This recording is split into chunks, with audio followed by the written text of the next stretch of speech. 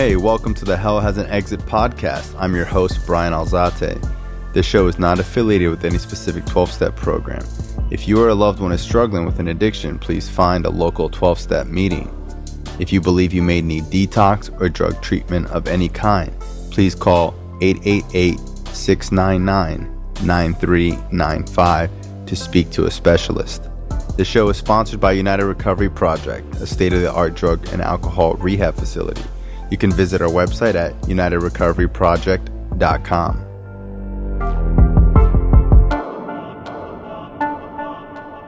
All right, welcome to the Hell Has an Exit podcast. I'm your host, Brian Alzate. I have my friend Patrick Borgman with us today. What's up, Pat? How's it going? Going pretty good, man. Can't complain these days. I guess let's just dive into your story. I know a lot about it. A lot of it's verified because I've met your family. I've been to Texas, and your dad's told me like wicked crazy stories about you. How long you been clean now? Since October 11th, 2015, a little bit, 5 years and some change. Awesome, bro. Fuck yeah. All right, so let's hear it. Where are you from? How did it all start? So, born and raised in Austin, Texas. You know, I was actually reflecting on this a little bit when you asked me to come, share about my story on this podcast. And, on paper, man, I had a good upbringing. I was raised in the suburbs. We had a 2-car garage, 2-story house, little brother, little sister. Mom was a homemaker and my dad was a dentist. It's funny because in that environment, right, when you're around like all the suburban families, my family was always different. We were super dysfunctional. I could cuss in front of my mom. No boundaries. Like basically I told my mom how the house was going to run, and when I would go to other parents' house, I would act like super good in front of them. Like I was like the good kid. Mm-hmm. But like in my own house, it wasn't like that. It was like, bro, it was like a zoo. And my father was so, he was a full-time dentist. And so like, he'd be at work. It was just crazy, but I had it good, man. I never went without. But like something I do remember at a young age is, like my mom put me into a lot of sports. I actually really like sports, but when when your mom forces you to do something and just the appeal goes away, she would constantly never pick me up on time for her. So like we would do swim practice, right? And then we would jump from swim practice and she'd be so late. Baseball was like supposed to be 2 hours after, but by the time she got there, baseball was like 10 minutes away. So she'd throw us in the car. And she'd be like, "Oh, I forgot your underwear." And I'd be like, "What?" And she'd be like, "Yeah, wear your Speedo." I'd be like, "Okay." So like I'd throw my Speedo on, right? The baseball pants were white. And I'm like 8 or 9, so I don't really know shit. Putting these white baseball pants over this like neon Speedo. And I remember I get out to the outfield and like all the kids were pointing at me just laughing because my Speedo was just showing through this white baseball pants, Mm-hmm. And that's what I started identifying baseball with, and it was like, embarrassment. So I hated sports, I started hating my mom at a young age. And I think, like part of the whole addiction thing is allowing that to consume you. I still think about it to this day and I still get, Yeah, I think as an addict, we like relive horrific stories over and over in our head where like someone else might kind of just get over it. Right. Like I feel like a normal person would have just been like making fun of the kids, pointing at him. But like I remember I probably went home and cried for like 3 straight hours that night, And then I started, dropping out of sports. I started really not trusting my mother at a young age. I started really getting into my first addiction, which was computers and video games. It was like my underworld. Back then, before MP3s were like a big thing, I'd be on there pirating MP3s, getting all the latest rap, underground hip hop albums, burning CDs. I remember like, dude, there was a time if you could burn, being from Texas, it was the Chopped and Screwed and DJ Screw albums. Bro, you were a god. You could literally go to school and sell those bitches for like $10 a mm-hmm. piece. I noticed, something about the addictive gene is when I got into something, I got into it. I knew everything about, rappers. When it came to a video game, I would obsess and play it until like I mastered it. Doing those things and isolating, even though, my upbringing, like I said, was always very social. So I had a lot of friends. I started gaining a lot of weight. My nickname was Fat Pat in middle school. And I remember asking this girl I really had a crush on in 5th grade. In 5th grade, when we got to middle school, all my friends started asking girls out. So I remember the first time I asked a girl out, you muster up the courage.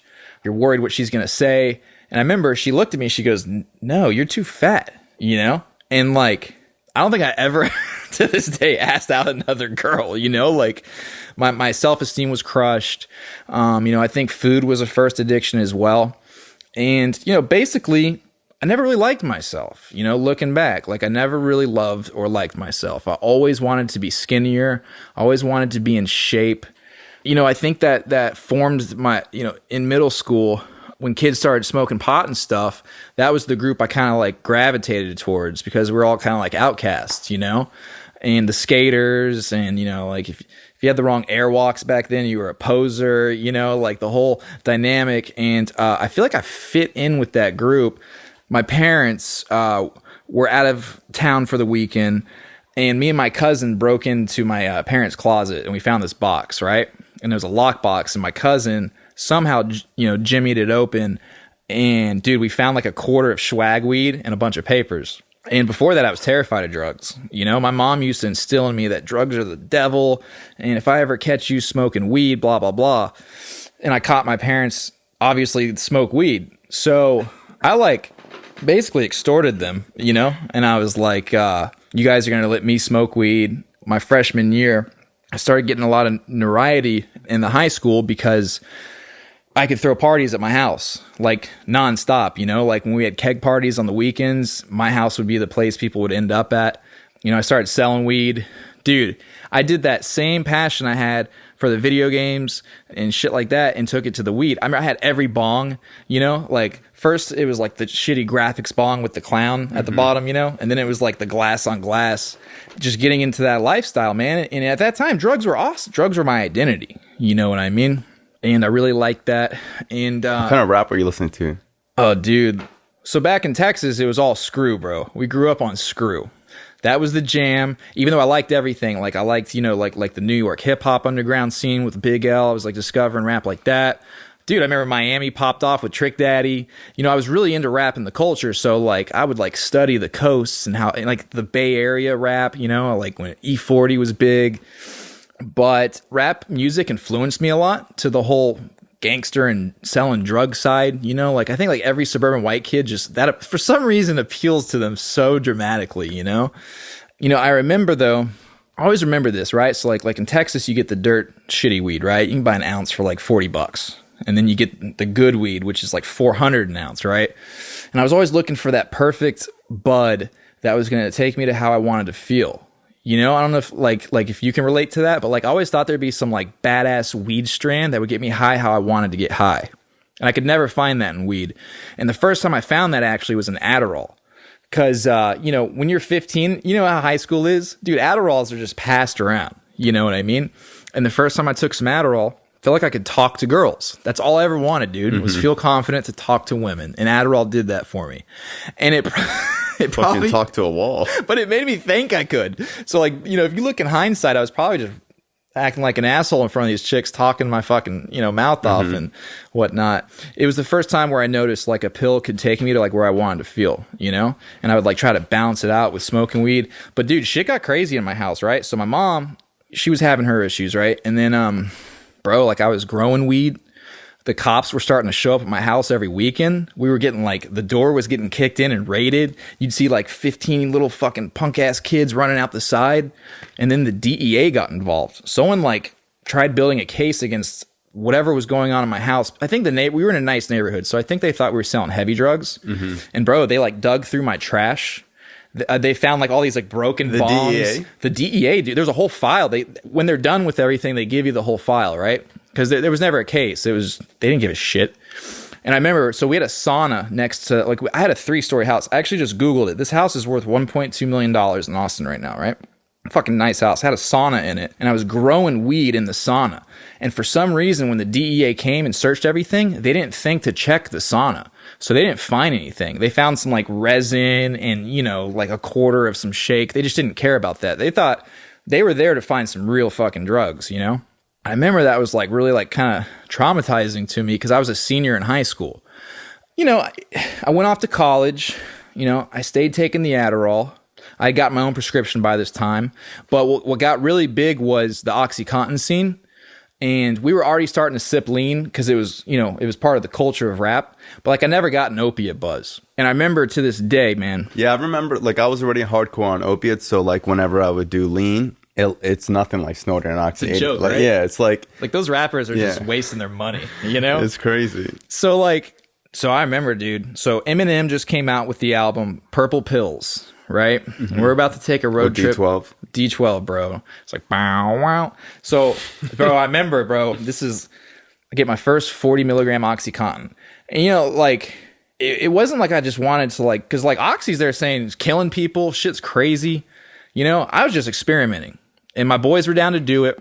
We took 140 and we cut it up into 3 pieces. We crushed it and we snorted it. Dude, I remember that song came on. I was so fucking high. I was nodding out. I thought I was in the song, I woke up, I was itching all over, and I literally felt the best feeling I'd ever felt in my entire life. I was probably about 18 or 19, snorting medical grade heroin, not really knowing what medical grade heroin really is. Mm-hmm. And I found that drug that I'd always been looking for. I fell in love. Yeah, so people always ask me what's so great about opiates? Because when you look at someone who's high on opiates nodding out, you're like, why would you want to feel that way? Yeah. And I always explain it's like right when you have an orgasm, that moment where your body goes totally loose and limp and you can't even have a thought, that total relaxation, but for hours. Yeah, dude, it's like busting a nut for 8 straight hours of God, with God mixed in, just talking to you. Your whole waves of euphoria. And you have dreams when I would nod out, I would have little dreams, and I would talk, mumble. Right, because I remember like the Eminem song was on the TV, but when I'm nodding out, I was like I don't know, it was almost like a psychedelic experience your first time, Mm-hmm. What was crazy now thinking about this is Requiem for a Dream had just come out, right? And I watched the whole movie, and it was disturbing. I was like, heroin addicts are fucking disgusting. I will never be a heroin addict, Remember the guy loses his fucking arm? That movie is Pimps out his girlfriend. But you don't know that lifestyle when, you're a spoiled kid from the burbs. Sells his mom's TV every week. And so what ended up happening is, it became fun. Drugs were fun. Keg parties, weed, that OxyContin experience, tripping acid was big back then. Drugs were fun, and my life was not unmanageable. I was in college at the time. And my household started really falling apart. They stopped paying their taxes for quite some time. And, I remember going back to visit them from college and deciding I should stay in Austin and be close to them for some weird reason. I didn't want to be away from them. I was worried about all of them, my little sister especially. And that summer, when I moved back, my boy goes, yo, because I'm selling weed. Me and my brother are splitting pounds of weed at this time. We were making good fucking money too, man, for an 18-year-old. Mm-hmm. This kid calls me. He goes, dude, my boy's dad just died of cancer. And he left a full Ziploc bag of 80s, 40s, 20s, and the little instant release 5 milligram oxys. And I wasn't that concerned because honestly, I was scared to death to get them and get caught with it. That's a major fucking sentence. But he goes, dude, he'll trade you all of them for an ounce of weed. So I remember I did. I was like, fuck it. Let me do this. And I remember for 3 straight days, I hid them in the deepest part of my house. I was fucking paranoid. I started burying the whole bag in the backyard. I thought the cops would, crazy shit. And one day, dude, I was just doing that 40 was really nice. And, I chopped up a 20. It got to the point to where, dude, I was chopping up a 20 every couple hours. And I've been doing oxys for about a month. I was selling them. The bag was getting depleted. And I was like, you know what? Let me stop doing these. So I stopped. Doing the oxys after doing them for a month. I got so fucking sick. And I don't know what dope sick is, right? Wow, you started getting sick already? Yeah, dude, I must have been doing at least 400 milligrams a day for a month. When I started doing them, I didn't not do them for a year, so I didn't know. Right, you don't know about the withdrawal, right? And you think you're invincible at that age already. And so when I get involved selling the oxys, I'm selling them to people who do heroin. I remember one of my best customers would fucking shoot them. And I was like, you're disgusting. How do you shoot anything, you fucking animal? And I remember going through my first withdrawal and being so sick. My boy at the time, I told him what was going on. He's like, bro, that's what opiate withdrawal is. I was like, bro, this is the worst. I just don't want to feel like this. He goes, dude, just do a little bit. And I remember that one moment where I knew I was fucked because the withdrawal was so bad and just doing a little bit of oxys made me feel so good. I just couldn't stop. Eventually the oxys were gone. Told myself I would never do heroin. That was the only thing around. It was black tar heroin in Texas, you know? I remember, man, the first time I snorted black tar heroin. And to snort heroin, you had to... I don't know if people even snorted black tar. Dude, it was crazy. I didn't know this shit. Do people do that? Bro, so listen, you get a needle and you cook it up and you draw up the liquid and then you snort the liquid up your nose. And it gets you fucking high. Like, I remember the first time I snorted heroin, I was like, bro, this is like oxys times 5, you know? Which just took me further down the rabbit hole. I was probably about 20 at this time. I'd never even snorted a line of coke, right? I thought coke was a bad drug. Here I am snorting black tar heroin. I had a roommate at the time. I was going to Austin Community College. My parents were in a divorce. I think a lot of the self-medicating was to kind of like deal with what was going on. It was like really sad. Family was deteriorating. My dad was going to lose his dental practice. I had lost my car. My car got repossessed. You know, my life was like crumbling, but I really didn't care because I was just getting high all the time. All my friends that I had in high school, like I had good friends. You know what I mean? They all weren't there anymore. The only people around now were the people going down my path. So I remember I had this apartment and I went for having this apartment. My roommate was like, dude, you need help. He's like, I'm out of this apartment, bro. Because like all I was doing heroin, sleeping, you know, selling drugs out the fucking apartment. And I moved back in with my dad. You know, I remember the first time I shot heroin.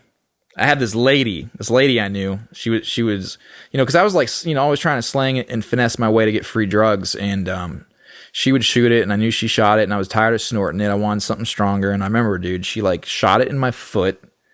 It was the scariest thing, bro. When you shoot heroin for your first time, it's fucking terrifying. And I was so high, dude. I mean, I remember I slept for like 14 straight hours. Got to the point to where I didn't need someone to do it for me. I started shooting myself, man. And that's when I decided to go to rehab for the first time. And it's crazy because you ever seen the movie Blow? And George Young goes to jail or prison. He goes to prison and he goes, you know, went to prison with what, like my bachelor's in weed. Came out with a PhD in cocaine. Well, when drug addicts go to fucking detox, they go in with like their bachelor's in heroin and they leave with their PhD in drugs, you know? I remember I went to detox, lasted 4 days, right? Day 2, I call my mom because I'm starting to get sick, you know? And they didn't give you Suboxone back then. They gave you fucking phenobarbital, which is from like the 80s. And you just feel like shit. And, you know, like it tries to knock you out, but it doesn't. Told my mom that they do sports there, that we were doing sports therapy that day. And I needed my shoes. I'd left my soccer shoes at my friend's house. So I called my dealer and he put 2 balloons of heroin in the tongue of the soccer shoes and then a needle in the other tongue. How'd you pay him? He was just... Nice guy. No, he just, you know, I'd made this guy a lot of fucking like money. Looked out for you. Yeah, he'd been to detox too. He knew how sick I was. Actually, it's funny you mentioned that. So she drops off the heroin, and they didn't search it, and I went and got high like on day number 2. You know, I remember like day 4, dude, started getting sick again. Meet this guy in there who explains that he goes to the border to get heroin, and like he's like this dude was Mexican. You know what I mean? Like he was American, but he had ties in Mexico.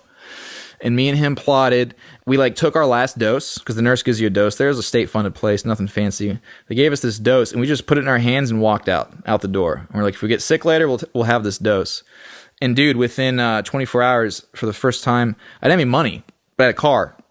I offered to drive the drug dealers to Mexico to pick up heroin to bring back to Austin. The idea was, so I had this straight up junkie dude. This guy was like a 40-year-old junkie. I'm like a young kid, so I can still play off being normal. Got this junkie dude in the back of the car. I have her name is Miss Perez.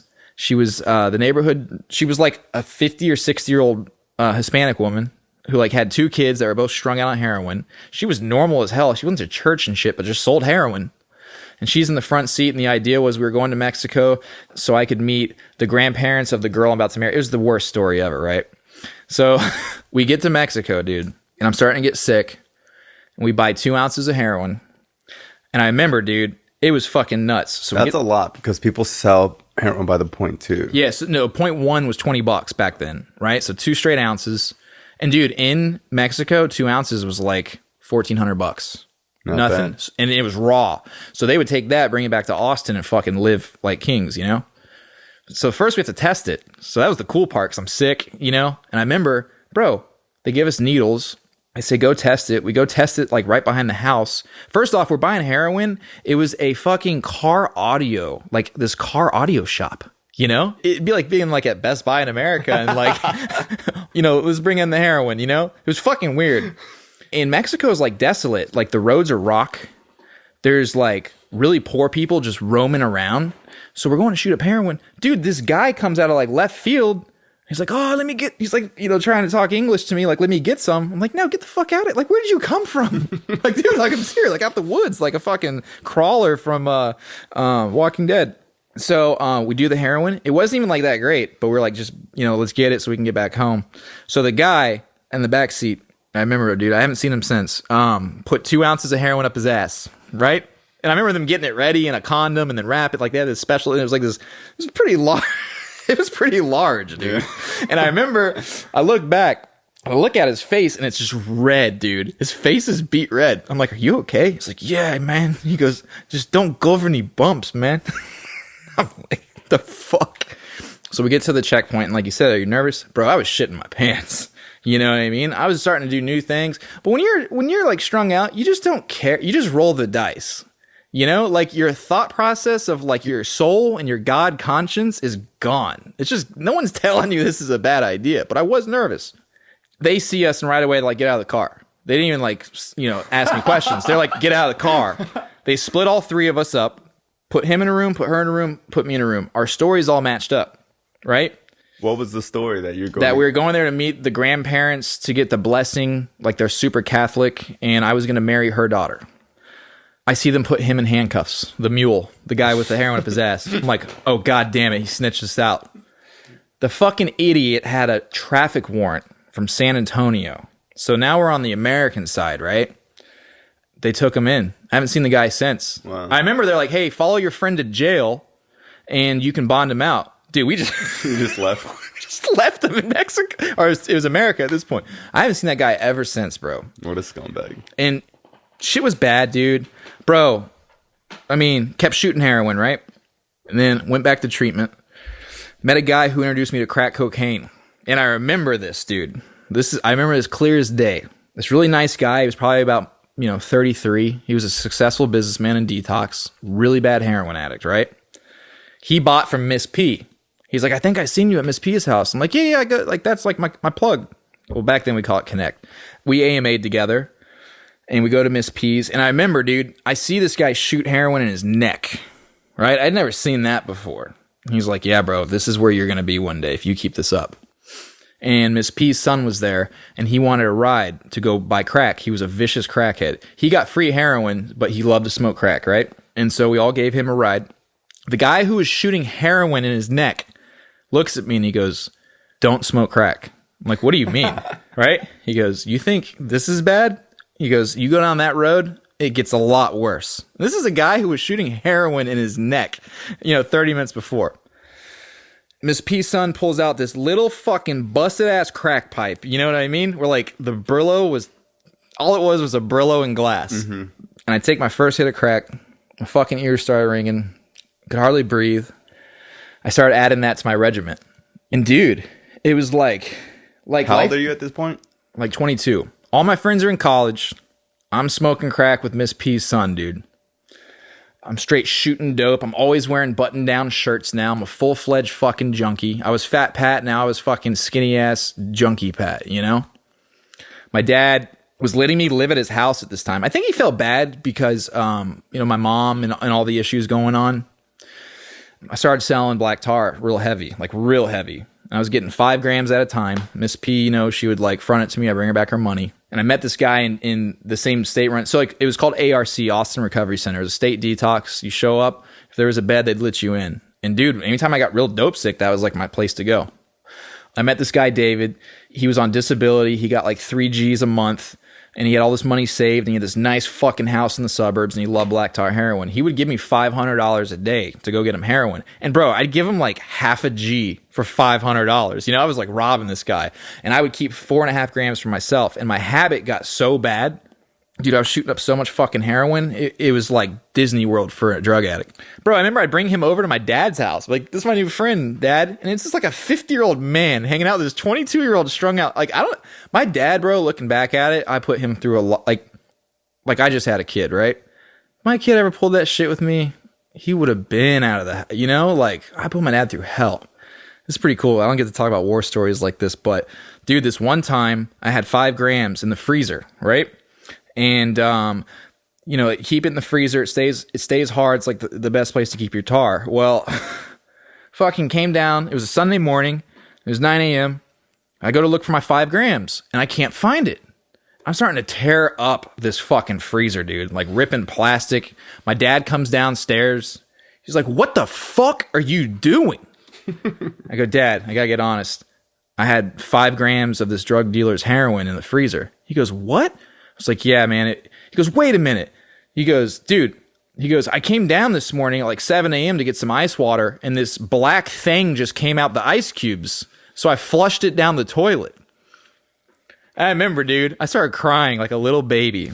I was like, "Dad, I'm going to get killed." Dude, my dad went and wrote me a check for $500. Wrote me a fucking check.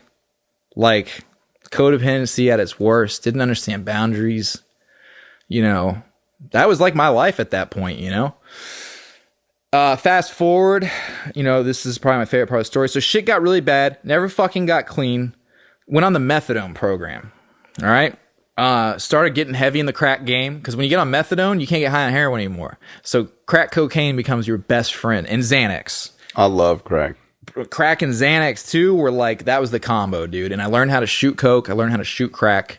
Austin has this area called Runberg. It's real notorious for just fucking whores and crack. And dude, I'd be all up in Runberg, you know? And my dad's dental office was off Runberg, which is even crazier. Dude, I was on a really bad coke run, right? And I went to the methadone clinic, and dude, they had been closed for like 2 hours, but I was like in cocaine psychosis, okay?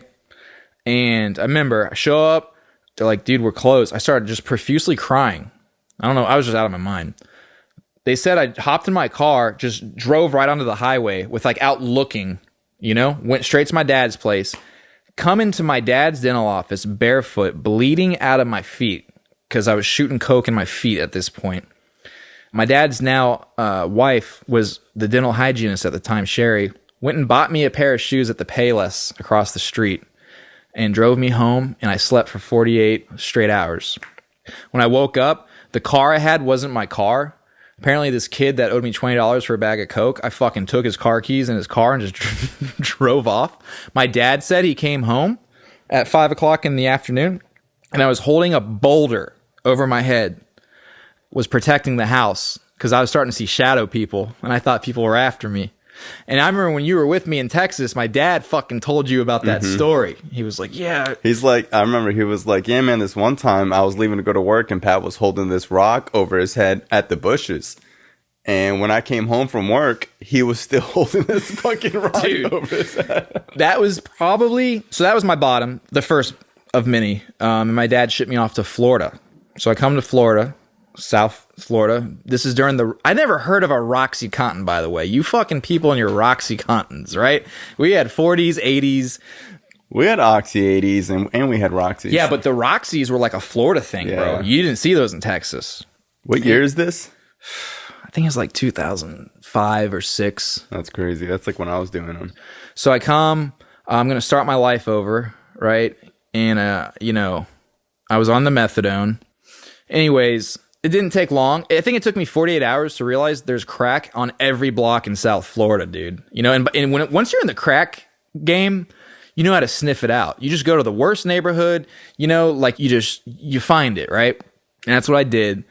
And I was working at the PF Chang's at the Galleria Mall, right on Sunrise.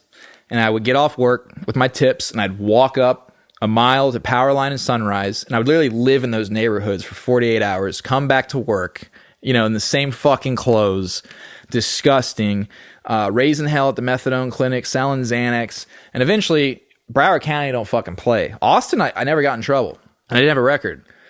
Dude, within like, I think 4 months of being here, I got arrested I had Roxy's and I had half a Xanax bars, 2 separate felonies.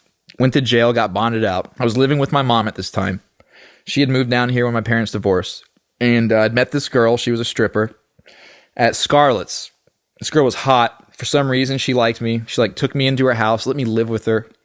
So I remember I went to drug court, right? So like they bonded me out. They're like, go to drug court. So I went to drug court, told them I'm on methadone. And they're like, well, you got to be clean for drug court. And I was like, well, what do I do? Like, report every month. And once you're off the methadone, we'll start. I was like, what the so I never went back. Right. And at this time, my thinking was like, they don't care about me. You know what I mean? Like, they're not even write a warrant. So about 6 months later, I'm with that stripper girl and we got pulled over and they took me to jail. At this time, I wasn't running as hard, but I was up to like 160 milligrams of methadone. I go to jail, and when you have a warrant for not showing up to court, there ain't no bond. Dude, I remember the first time I kicked methadone cold turkey in Broward County jail. Was it jail nice?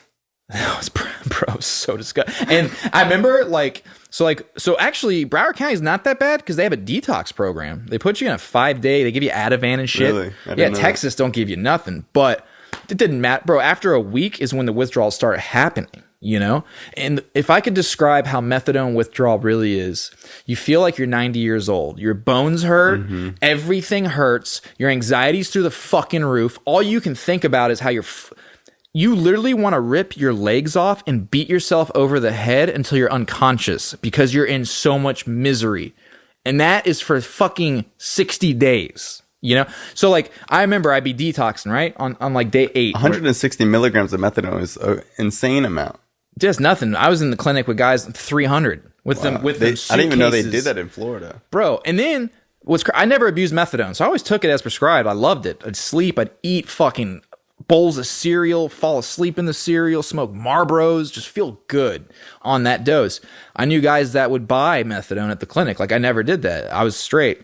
Heroin addicts would come in, right? And I'd be like on day 10, right? And they'd be my cellmate and they'd be fucking puking, shitting their pants. You take hot showers. Hot showers, the only time you find some solace, or playing spades because it might take your mind off it for a minute, right? So like they'd come in, they'd shit their pants for 4 days, 5 days. And then on day 6, they'd be sleeping like a baby. Bro, it'd be like day 14 and I haven't slept yet. Real shit, no sleep, in fucking agony.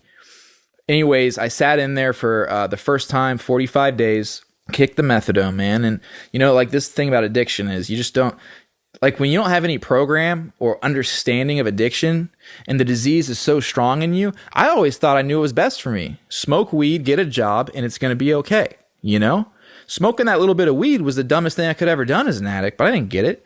And within, 2 weeks of getting out of jail, I'd be back on fucking heroin or Roxy's and then back on the methadone because I didn't want to go because I'm on probation at this time. I completed probation somehow. I was on for 2 years in Broward County. I was drinking those fucking drinks. Bro, they're like $50 a piece. The detox drinks. The detox drinks. And I got off probation, and my life never got better. I stayed on the methadone. Bro, and just basically, it was like terrible relationship after terrible relationship.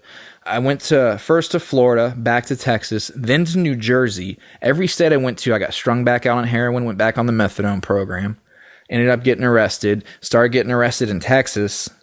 Texas is way different than Broward, bro. Like the gangs, bro, and like I'm a very talkative person, right? So I would go to jail and be like, hey man, what are you in here for? And bro, they don't play that shit. Like, what the fuck are you talking about? Who are you, the feds? And then like the white people hated me because I talked to all the other races. You know what I mean? Like I just was not built for jail, like at all. After a few times going, I learned how to how to act. Yourself. Yeah. But dude, I got slaps. I got smacked in the face for no reason. And I'd be withdrawn off methadone, Dude, you're hitting a cripple right now, So basically at 30 years old, got in this real toxic relationship with another using heroin addict. So like we would take Xanax together and the cops would come, basically, right? And I started shooting meth, like just bad. So in Texas, the state paid for my methadone. Didn't even have money for bus fare usually, right? I had to fucking jump on the tri-rail to get to the methadone clinic. and like pray they didn't catch me that day. You know, like my life was shit. I wasn't employable at this point, you know, like trying to go get a job. And this is the thing. You can't go to treatment anymore when you're on that high of a dose. They don't fucking take you. Like they're like taper off, you know? And yeah, it's super hard when you're on methadone. Dude, and I'm in this really toxic relationship with this girl, and she would get her Klonopin and Suboxones on the first, and we would sell the subs. We would smoke crack, eat Xanax. I'd eat too many Xanax. I'd start just calling her a whore. I'd be real verbally abusive. She'd scream at me. I'd scream back at her, and the cops would come. And they took me to jail for my first domestic violence. And I wasn't physically hitting her. It was just like, that's how they are in Texas. Like, you get in a scream match and the cops come, one of y'all going to jail. Bro, I did that 3 times in a row in 3 months. Wow. Got hit with felony domestic violence, right? Bro, I remember I kicked fucking methadone for like the 3rd time. It was so bad. Basically, finally got out of jail. They dropped the charges because she was like, dude, he's not hitting me. The state dropped them. And my brother came down. I remember I got out of jail. I'd been shooting up meth, right? And I remember the only thing I wanted when I got out of jail was these new Nikes. I was like, I'd just gotten these new Nikes. It was like my whole world, bro. I was like a fucking like homeless junkie, right? Bro, I guess I was so methed out, I put on one Nike that was blue, and the other was like orange. They didn't match. And the girl at this time had disappeared, so I had no other clothes. So for like a solid week, I was just walking around Austin with mismatched shoes, dude. Like my life was at its bottom. And it didn't stop me from using. I was still smoking weed. My brother came down from Atlantic City, New Jersey, took me down to Atlantic City. And yeah, I was doing good for about 3 months. Got a job at a real nice steakhouse. I was fucking pumped up because I just gotten out of jail. I was like, in shape. And dude, same thing, disease of addiction, He was like, you should just smoke weed. And I was like, hell yeah, that's a good plan. We just smoked weed. It was a casino, and they had this thing called the poker bar. And if you put $5 in the machine, they give you as much alcohol as you wanted. So I would drink. And then, dude, the wrong night drinking, I found the projects in Atlantic City, Just bought a little bit of heroin. It was probably about 3 months later, my brother kicked me out. I was fully back on fucking heroin, smoking crack.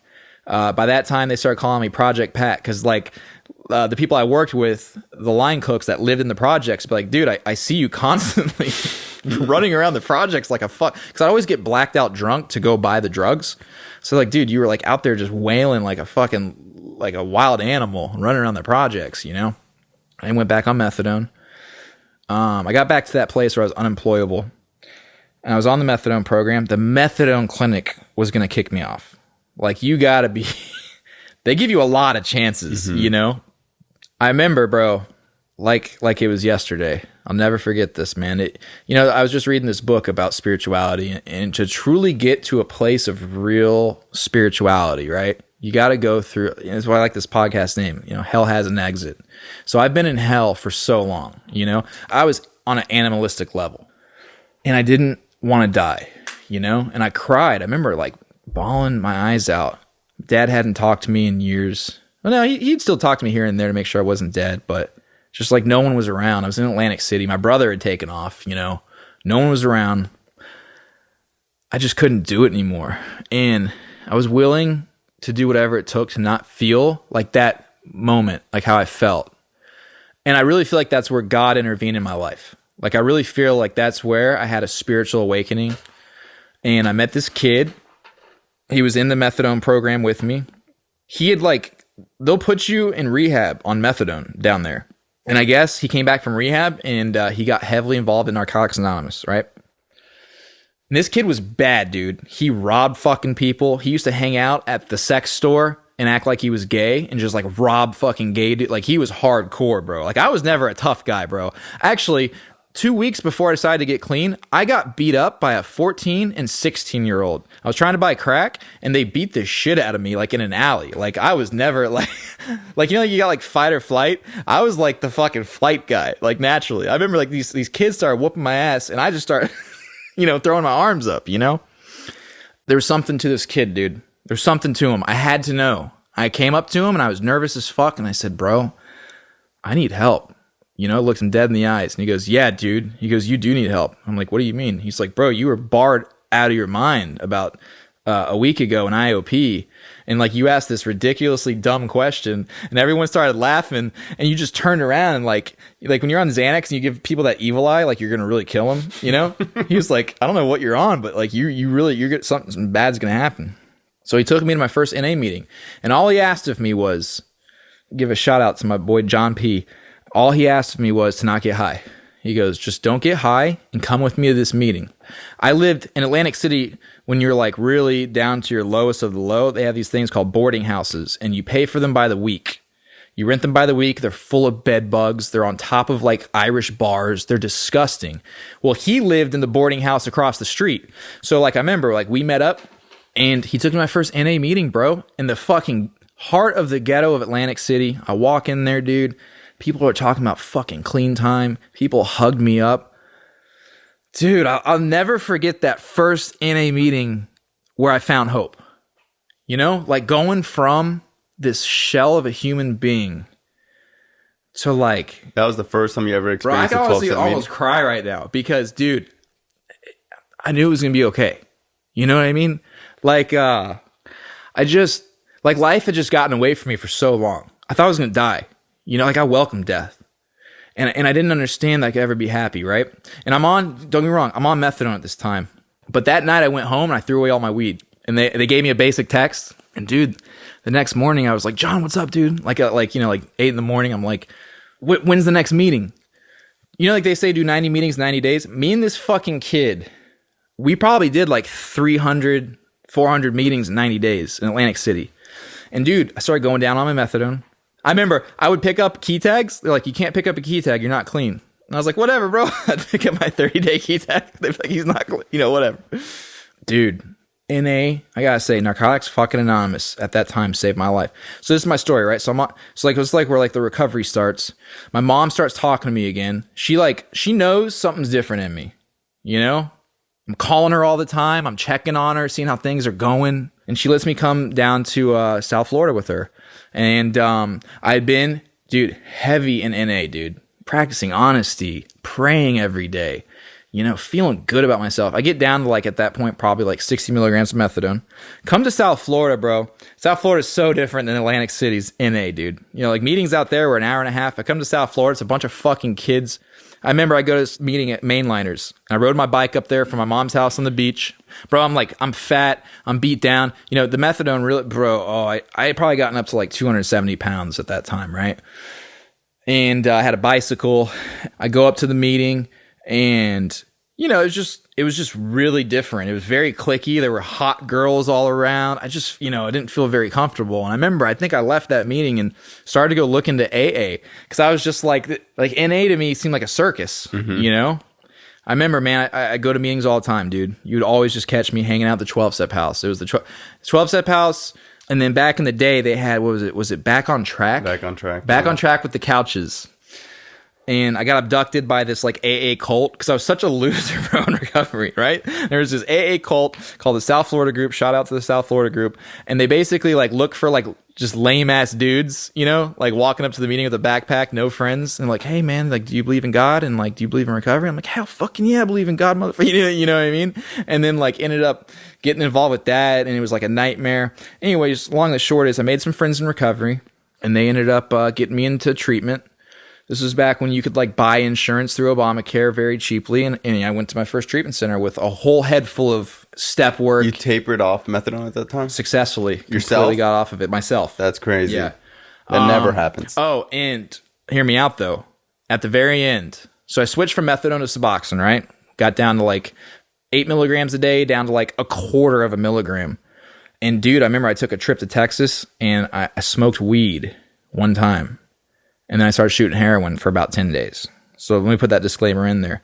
And my boy, who was going to meetings with me, was like, dude, I can get you into a detox. Buy this insurance. And I was like, what? He's like, yeah, bro, buy this insurance. I'll get you into treatment like tomorrow. So I bought the insurance. He like walked me through it. Got me into this like, bro, I remember like a van came and picked me up for detox. Like this nice van. I was like, what the fuck is this? Like in Texas, bro, you gotta like beg to go to detox and get in line and, you know? And they picked me up and they took me to detox. There was a fucking movie theater in this place. It was called the Haven Detox. And bro, there's all these kids in there. I remember, bro, like I was like dead set on staying clean, right? Brought my fucking big book at the time. I was doing AA. Brought my big book. I was that kid preaching the big book and detox. You know what I mean? But like, I was on my path, man. You know, I was real serious about recovery. I remember all these kids were like, bro, come to this treatment center. We'll pay you. I was like, what the fuck? I was like, what do you mean you'll pay me? Like, why would you pay me to go to treatment? Dude, all I knew is I had a path. I was like, I'm on God's path. I'm not going to get thrown off that. I'm going to the treatment center I'm supposed to go to, which happened to be in Fort Lauderdale. I'm so glad I followed that. How did you start believing in God? Because was it just through like NA? No, it was pain. It was the pain, dude. It was just this breaking point in my life where I legitimately asked God for help, not to get out of a situation, but just to be there with me. You know what I mean? Like, it wasn't about get me out of jail and I'm going to do it. Was like, God, I'm at the end. Like, I'm at my rope.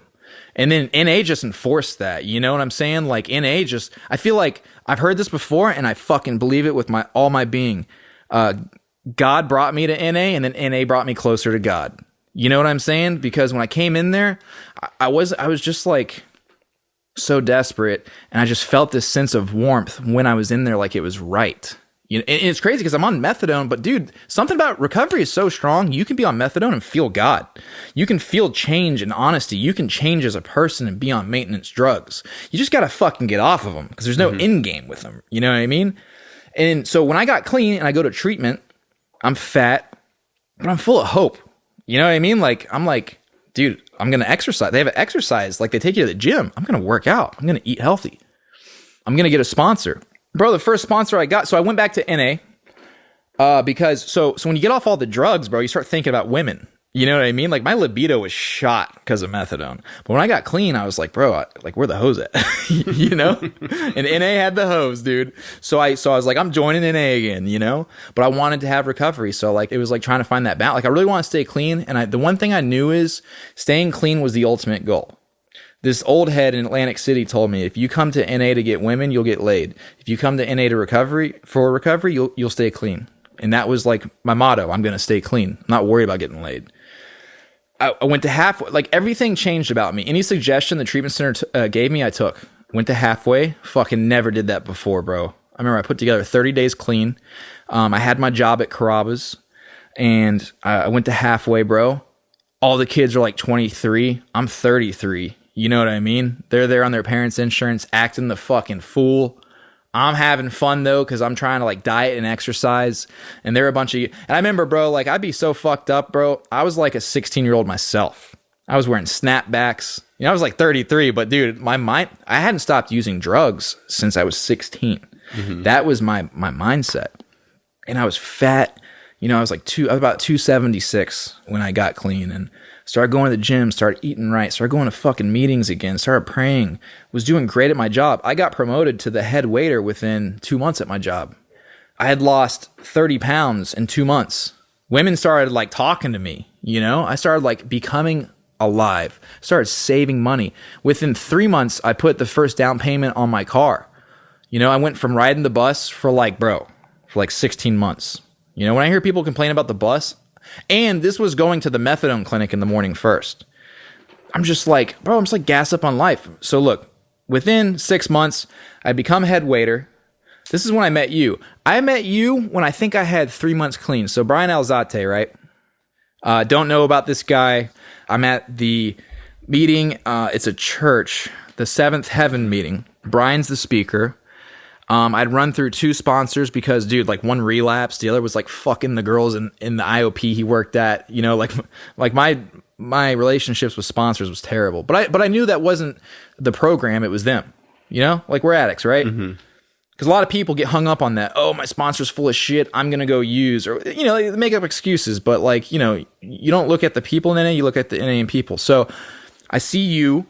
And bro, you had this crazy ass energy, and you were funny. And I remember you weren't talking about the drugs, actually. You were talking about like the behaviors clean, and how you were like addicted to ice cream, and you would microwave ice cream and drink it. Like, that's like the level it had taken you to. And I just remember like, yo, this guy is fucking interesting, right?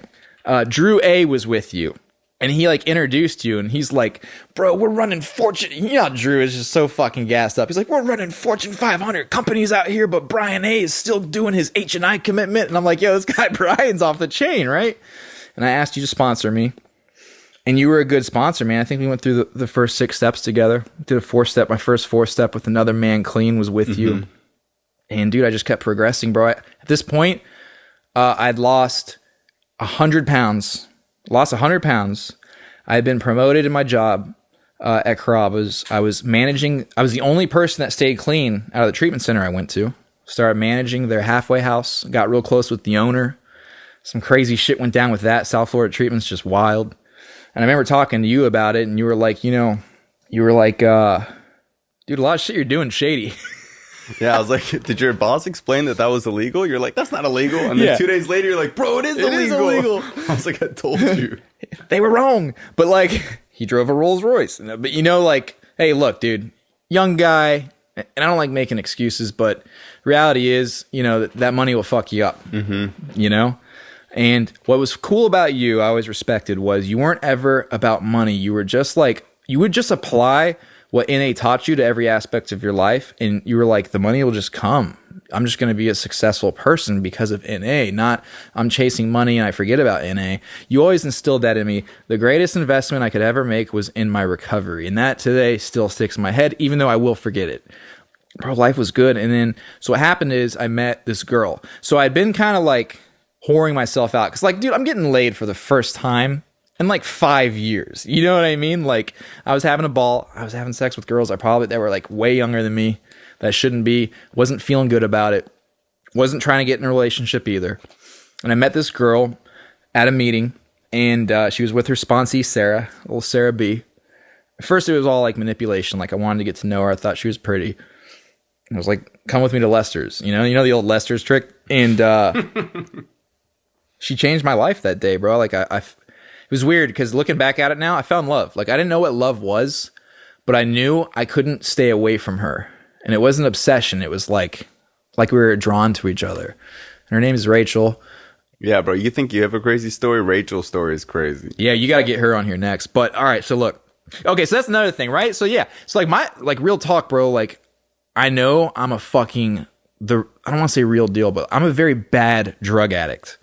I was shooting up crack. Like there isn't a drug I haven't done. When I met Rachel and we would like share war stories, I'd be like, yo, stop telling me your story. Like, this is getting traumatic. You know what I mean? Like, I thought my shit was badass, dude. Like, whatever. She was born in Broward County, jail, both parents, drug addicts. Like I came from fucking the suburbs. But so fell in love with this girl. But dude, she worked such a solid program and I found that very attractive. I always found what I think helped me in my recovery is I always found people with, my boy Jonathan G. He used to go to this midnight meeting. He was like the only dude with recovery, bro. It was like a bunch of wild fucking animals in there, and Jonathan G would just be him. He was like, and like I was always gravitated to that. Like, how do I get there? Like, how do I get Brian's energy and happiness, And that's how they teach you in this. You want something, you fucking chase it. And it doesn't come to you, right? Like you put the footwork in, like to have you as my sponsor. Like I was calling you every fucking day. Mm-hmm. I remember, like I had to chase you down. You were actually a busy fucking guy. Rachel, man, didn't want to get in a relationship. I had to go work some steps on that shit. I had to become a man. I was a little boy when I met her, and it drove me. I remember I switched sponsors at that time with you. You were opening up a treatment center, and I felt. You didn't have enough time for me, but that's like more my own shit. But we still kept a good relationship. You asked me to come work for you, bro. And it was fucking wild. The beginning of a treatment center opening. We didn't know what we were doing back then, dude. You didn't have experience with this stuff. Like when I think about it now, it's like, bro, I was 25. You were 25. You had NA again. You had Narcotics Anonymous. That was how your foundation of your treatment center was NA. That's all it was. Like you held boundaries. When people were doing shady shit, you just kept the path. Anyways, dude, life just started getting better, man. At 1 year clean, Rachel asked me out and said, we can date now. I started dating. My life had gotten better in all areas. I started saving money. I was working really hard with you. My fitness, one thing that happened is I was really proud of myself for losing all that weight. Like I was really proud of it. And I kept my recovery. I kept going to meetings. I started focusing on my job. And, I got away from my fitness.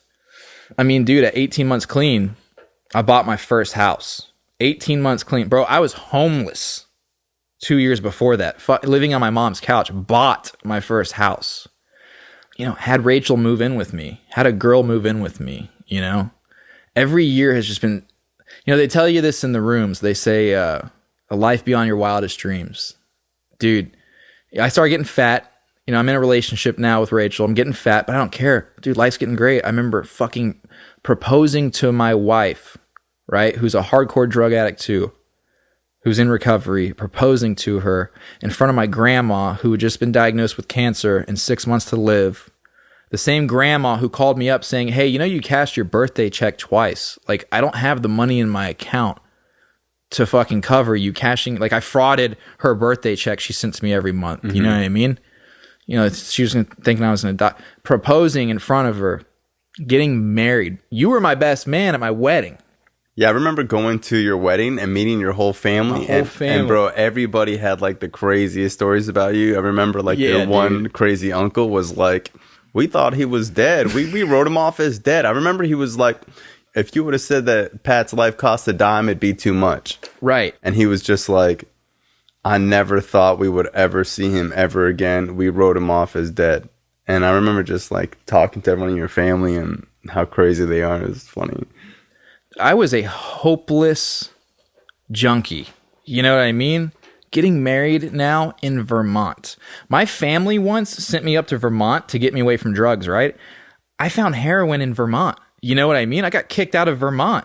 I was a fucking nightmare. And here I am getting married.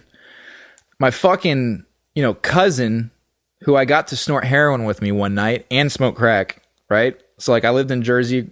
My cousin was there. I got him to like, this is like a normal kid. And I remember everyone gave their speeches and my cousin still has resentments towards me, but he goes, who here smoked crack with Pat? Like that was like at my wedding speech. You know what I mean? Like it was fucking wild. So one of the things I've always wanted to be a dad, man. My dad was a good dad. He was a good dad. He was a natural dad. He loved me unconditionally. That was his biggest fault, was he loved me too much. I always wanted to have a kid. Rachel had 3 kids already. Dude, I thought my dick didn't work because of all the fucking drugs I put in my system. And I'm like 36. I'll never forget the day to be fully honest, I was taking a shit. Rachel knocks on the door. She goes, babe, we're pregnant. I was like, you couldn't have waited until I got out of the bathroom to tell me? Because now I'm always going to remember this moment. You know, found out we're having a kid. This was about a year ago now, I think. Mm-hmm. I found out it was a boy. I remember, dude. First it was a kid. That was great. But then I was like, fuck, it might be a girl. Not that that'd be a bad thing, but for number one, I wanted it to be a boy. And then it was a boy. And then COVID happened, dude. I mean, bro, as addicts, COVID wasn't shit to me ever. I was like never afraid of it. I remember like normal people would be fucking hoarding toilet paper and freaking out, and I was like, you guys have obviously never kicked methadone. You know what I mean? Like addicts don't get scared by much, And she was pregnant during COVID. What's really crazy is when a girl gets pregnant, if your relationship's not solid, you're going to fucking know because you're going to fight a lot. And dude, we kept it together. So out of nowhere, Rachel gets news that her stepmom died. Not COVID related, just randomly. 60, I think she's about 65. Rachel's dad and her stepmom had been together for 40 fucking years. Drug addicts. Wow. Had 7 years clean together too. You never hear that. Like you never see a couple that used together get clean together. It just never happens. And he was devastated and he had to come live with us and he was living on our couch and Rachel's like 9 months pregnant and we just had a baby, man. We had a baby 3 months ago, dude. Congrats, man. Dude, before I came over here, I was playing with my kid. And it's hard not to get emotional about this, but like, I could have never, that day walking into my first NA meeting, I could never imagine one day I would fucking be a dad, And like, I think about being a father and all this shit I put my fucking parents through. You know what I mean? Like, I owe them a lifetime of amends just because if my kid ends up being an addict, I love this guy so much. Like my life is so good. We just closed on a new house. We were able to buy another house. I don't even have to sell my other house to buy another house because we need to get a bigger house for all of us. But like, dude, like my life, like people have lost their jobs right now during COVID. You know what I mean? I'm beyond grateful. Thank you, bro. And to be over here talking on someone invited me on a podcast. That alone is just like, holy shit. You know what I mean? Hell does have a fucking exit, bro. You know, my life is, and I've gotten back into working out again. You know, I'm trying. There's never balance in life. I learned that. There's never balance. I'm never going to have the perfect amount of money. I'm never going to have the perfect body. I'm never going to have the perfect program. But when something starts lacking and the pain gets great enough in that area, I've learned I don't have to use over it. That's the key. That's it. All right. Well, I appreciate you coming out, Pat. You're the man. Congrats on your baby, bro. It's awesome to see you transform, because I remember when you had a scooter. You know what I mean? I remember you had like the scooter and like the apron, and you would like go work at Carrabba's, and like to see how far you've come is always like, you know, I saw the whole thing. Yeah, you had a front row seat. Yeah, it was definitely awesome to see. And just being a part of your wedding and seeing you like just blossom into like this adult, you know? Yeah. You helped me out with a lot of my Bitcoin stuff. You know what's crazy is, so like my dad will call me for advice now. Right? I used to show up to my dad's house with a suitcase being kicked out of another halfway house, and he would act like he wasn't home. Like, you know, like when you show up to someone's house and you know they're in there, and you're like knocking on the door, and like the lights are just off all of a sudden, you know what I mean? Bro, like that was like how like our relationship was. My dad will call me up crying, saying how proud of me he is, and then like ask me like, hey, how do you do this? Or like, what do you feel about that? That to me is mind blowing. Like you said, you met my dad. If you meet my dad to this day, he always tells you these stories about like, yeah, I thought, you know, Patrick was like having that cocaine psychosis and he had lost his mind. I remember he told my brother that day when I was holding that rock, he was like, well, your brother finally lost his fucking mind. You know what I mean? Like they were like, he went too deep. So, you know.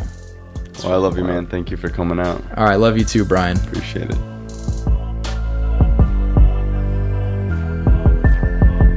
This show is not affiliated with any specific 12-step program.